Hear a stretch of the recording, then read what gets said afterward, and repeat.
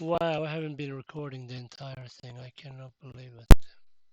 Anyway, this is the motherboard that we gave up on because of the GPU not having a second display working, which is the internal display. Oh, I gotta do the whole thing again. Okay.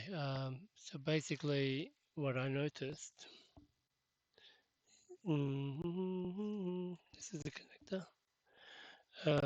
There is no voltage drop on this pin to ground, meaning it's not connected to the CPU. There's a cracked joint. The second one have, the first one doesn't have. What I mean by that is here, this one has a connection to the CPU. Oh, by the way, this is the motherboard I'm working on. And I have another motherboard here, which I just did a test on. So basically, P channel has a voltage drop, and channel and does not. And this is another motherboard I've done a test on. And on this other motherboard, both of them have connection to the CPU voltage drop.